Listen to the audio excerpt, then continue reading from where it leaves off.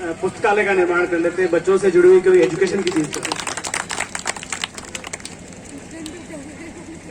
लेकिन कोई बात नहीं, अभी भी समाज सक्षम है, सरकारें भी सक्षम है, हम लोग मिलकर फिर और कुछ कर सकते हैं। तो अम्बेडकरवाद के लिए मैं कह रहा था, जैसे नीला दुपट्टा पहन के जितना सभाओं में अपन अम्बेडकरवाद की जय बोलते हैं, बाबा साहब की जय बोलते हैं, शाम को वही लोग दुपट्टे को रख के ठेके पर नजर आते हैं कई बार। तो ऐसे अम्बेडकरवादी नहीं बने करते हैं, वो अम्बेडकरवाद नहीं है, आप अम्बेडकरवाद को बदनाम कर रहे हैं। साथ ही साथ अम्बेडकरवाद क्या है, कई लोग अम्बेडकरवाद का नाम भी नहीं जानते तो भी अम्बेडकरवादी है। अम्बेडकरवादी है जो व्यक्ति हर इंसान को समान समझे, चाहे वो किसी धर्म का हो, किसी जाति का हो, किसी पंथ का हो। अगर आप ये मानते मन से महसूस करते हैं हर इंसान बराबर है, तो आप अम्बेडकरवादी हैं। अगर आप ये मानते हैं कि भाई हर व्यक्ति को बराबर का अधिकार है, महिलाओं को बराबर का अधिकार है, समाज के पिछड़े से पिछड़े व्यक्ति को बराबर का अधिकार है, और उसके अधिकारों का आप रक्षा करते हैं, उसके अधिकारों की आप इज्जत करते हैं, उसके अधिकारों के बीच में बाधा नहीं बनते, तो आप अम्बेडकरवादी हैं। आप महिलाओं को इज्जत केवल भाषणों में नहीं देते, प्रैक्टिकली भी देते हैं। घर में भी आपकी महिलाओं को उतनी आजादी, उतनी स्वतंत्रता, उतनी इज्जत है, तो आप अम्बेडकरवादी हैं। लेकिन ऐसा नहीं है कि बाहर तो भाषण महिलाओं के बराबरी के दिए जाते हैं, घर में जाके बीवी के साथ ही मारपीट हो रही है। अगर ऐसा है तो फिर आपको सोचने की जरूरत है आप अम्बेडकरवादी हैं कि नहीं है। अगर आप किसी भी धर्म में बिलीव करते हैं, वो आपकी इच्छा है, आपका मजहब, आपका धर्म हो सकता है। लेकिन अगर आप अन्य धर्मों की इज्जत नहीं करते तो आप अम्बेडकरवादी नहीं है।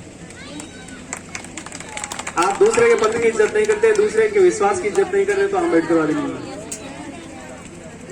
और यदि आप सब धर्मों का सम्मान करते हैं, भले ही आप नास्तिक हो तो भी आप दूसरे के धर्म की स्वतंत्रता का सम्मान करते हैं, तो आप अम्बेडकर। इसीलिए सबको बराबर की इज्जत दिया करो, बराबर का सम्मान दिया करो। ये चीजें अम्बेडकरवाद या कोई सा भी वाद, ये भावना का और पालन करने की चीज होती है, दिखावे की और कहने की चीज नहीं होती। अभी हज का रमजान का महीना चल रहा है, मैं एक हज से जुड़ी हुई कहानी सुनाता हूँ।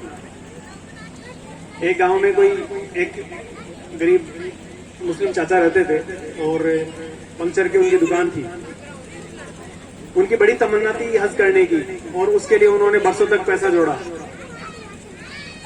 लेकिन जिस साल वो हज को जाने को हुए, उनका पड़ोसी जो बीमार हो गया बहुत ज्यादा, और उसको पैसों की जरूरत पड़ गई।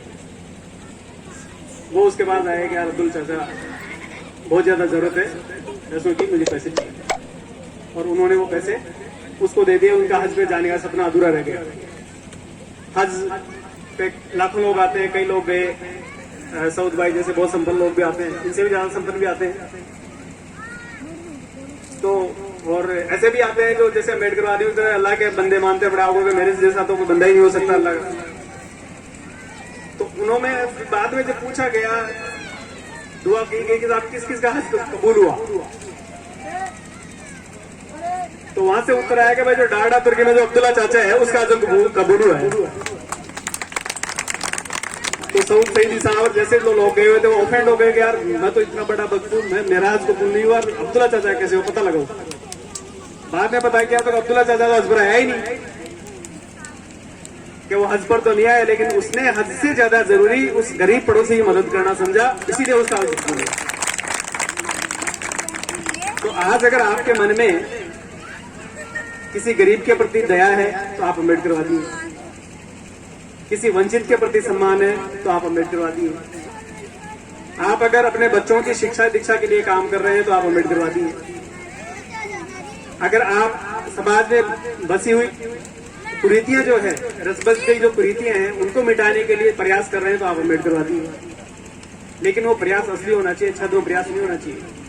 मैंने ऐसे ऐसे लोगों को सुना है जो मंच पे नुक्ता प्रचार विरोध करते हैं, नुक्तों में जीमते फिरते हैं।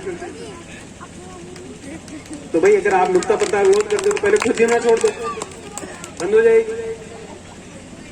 बाल विवाह का विरोध करते हैं लेकिन बाल विवाह में शामिल देखे जाते हैं, बल्कि खुद के बच्चों के बाल विवाह किए हुए। तो इसीलिए अगर आपको लगता है कि हमें बाबा साहब को श्रद्धांजलि देनी है तो उसका सही तरीका ये है कि हम उनके बताए हुए मार्ग पे चलें। और वो डिग्री हो सकती है, डिग्री का मतलब वेरिएशन हो सकता है। उनकी ऊंचाई तो हम छू नहीं सकते, लेकिन कुछ डिग्री तक, जैसे सोने के कैरेट होते हैं ना, 22 कैरेट, 20 कैरेट, 18 कैरेट, तो कुछ कैरेट अपने बढ़ाओ ताकि हम अपने आप को वास्तव में अम्बेडकरवादी मान सकें। और फिर कहने की जरूरत नहीं है, चिल्लाने की आवश्यकता नहीं है। आजकल कुछ जमाना इस तरह से आ गया है कि लोग चिल्लाने वालों को ज्यादा महत्व देते हैं। जोर से जय श्री राम बोलेगा तो मानते हैं, यहाँ पे तो पक्का राम भक्त है। जोर से भारत माता की जय बोलेगा तो मानते हैं तो देशभक्त आदमी है। ठीक है, जोर से जय भी बोल रहे होते मानते हैं यार ये तो डॉक्टर अम्बेडकर भक्त है। जोर से बोलने से कोई भक्त नहीं होता, कोई मानने वाला नहीं होता। मानने वाला होता उस पथ पे चलने वाला, उनकी मान्यताओं को मन से अनुसरण करने वाला। अभी बैंसला जी का उदाहरण दे रहे थे, मुझे हिंदौन में मेरी पोस्टिंग रही है, उनके साथ कई बार मुलाकात का मौका मिला, उनके घर जाने का मौका मिला, चाय पे लंबी चर्चा हुई। वो बाबा साहब के सच्चे अनुयायी और वो बड़े दिल से कहते थे कि भाई इस हमारे आंदोलन का जो फायदा है वो नौकरियों में तो होगा जो होगा, लेकिन वास्तविक फायदा यह है कि समाज में इससे बहुत जागृति आई, शिक्षा के प्रति रुझान पैदा हुआ। तो आपके काम से क्या फायदा हुआ है? गांधी जी का भी एक ऐसा ही जंतर हुआ करता था, आपने किताबों में पीछे पढ़ा भी होगा कि भाई अगर आपको लगता है कि आप कुछ सही कर रहे हैं गलत कर रहे हैं, अगर परखने का तरीका अगर आप जानना चाहो, बहुत सीधा सा तरीका है कि आप उस आदमी की कल्पना करके देखना मन में जो पंक्ति में लास्ट खड़ा है, जो सबसे करीब है। अगर आपके इस काम से जो आप करने जा रहे हैं उससे कुछ फायदा होने वाला है तो आपका काम ठीक है, और अगर उससे कोई फायदा नहीं होने वाला है तो फिर बेकार की इच्छा ही है। तो हमें प्रैक्टिकली इन चीजों को सोचना चाहिए, करना चाहिए। मेरे पास हर वर्ग के लोग आते हैं, हर तबके से जुड़े आते हैं, युवा साथी आते हैं, लेकिन ज्यादातर जगह मैं ये देखता हूं कि युवाओं में आज भटकाव का सा दौर है। मेहरबानी करके उसको रोकें, एक सही विचार प्रक्रिया अपनाएं, सही कार्य पद्धति अपनाएं, बच्चों को शिक्षित करें। माता बहनों को भी ये चाहिए कि आप भी अपने बच्चों को और इनको शिक्षित करो, क्योंकि ये लड़कियां जो है आज के टाइम ये पढ़ के लिख के आगे आने वाली सोसाइटी निर्माण करेगी। आज हिंदू जी बैठे हैं, आप सोचिए संविधान की देन तो है, लेकिन संविधान की देन या बाबा साहब की देन अपने आप नहीं पहुंचती, उसके लिए प्रयास करना पड़ता है। तो आप भी प्रयास कीजिए, हेल्थ का भी ध्यान रखिए। बच्चों की आज के टाइम में ज्यादातर जगह गांवों में बच्चियां माल न्यूट्रिशन के शिकार है, मतलब कुपोषण के शिकार है। हमारे पुलिस डिपार्टमेंट में भर्तियां होती है तो कई लड़कियों केवल इसलिए बाहर हो जाती है कि उनका वजन कम होता है। पुलिस डिपार्टमेंट में लड़कियों की भर्ती के लिए सब इंस्पेक्टर लेवल पे, कांस्टेबल लेवल पे वजन किया जाता है। लड़की पढ़ने लिखने में टॉप आई, नंबर अच्छे आए, लेकिन वजन कम है। और वजन कम क्यों है? कुछ खिलाया पिलाया नहीं ढंग से, और खिलाया पिलाया तो उसके भी एक कारण है। एक चीज और बता दूंगा आपको, खाने पीने में ध्यान भी है तो भी एक कारण और है। बच्चियां माता पिता की, मम्मियों की देखा देखी में बहुत जल्दी व्रत करना शुरू कर देती है। मम्मी नवरात्रे कर रही है तो 10 साल के बच्चे भी नवरात्रे कर रही है। मम्मी ने और कोई व्रत किया तो बच्ची भी कर रही है कि मेरी मम्मी ने व्रत किया मैं भी करूंगी। तो आपने जब छोटी उम्र में उसको खान पीन पर ध्यान नहीं दिया और व्रत वगैरह करवाने शुरू कर दिया तो उसका अल्टीमेटली उसकी सेहत को नुकसान होता है। बहुत सारी चीजें हैं, बहुत सारे वक्त हैं, मैं ज्यादा नहीं बोलूंगा। और मेरी बात बुरी लग सकती है, मैं पहले कह दिया था बुरी लग सकती है, लगे तो लगे, नो प्रॉब्लम, ठीक है।